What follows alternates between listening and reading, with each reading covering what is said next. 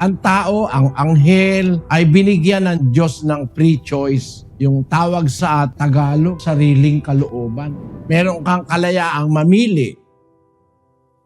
Nagkaroon ka ng depression dahil pinili mo yung mga bagay na kadepre-depress. Tapos isisisi mo sa Diyos, mali yun. Halimbawa, ganito, no? Sabi nung doktor, umiwas kayo sa mga matatamis. Sino sisisihin mo? Yung doktor. Siya na nga nagsabing umiwas kayo sa matatamis nagkakain ka rin na nakakain ng matamis. Magka-diabetes ka, sino may kasalanan? Ikaw. Ano ang ibig kong sabihin?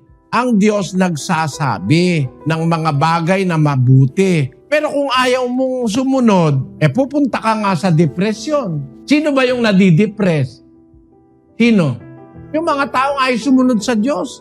Kasi kung susunod ka sa Diyos, napakalayo sa'yo ng depression. Ang nadidepress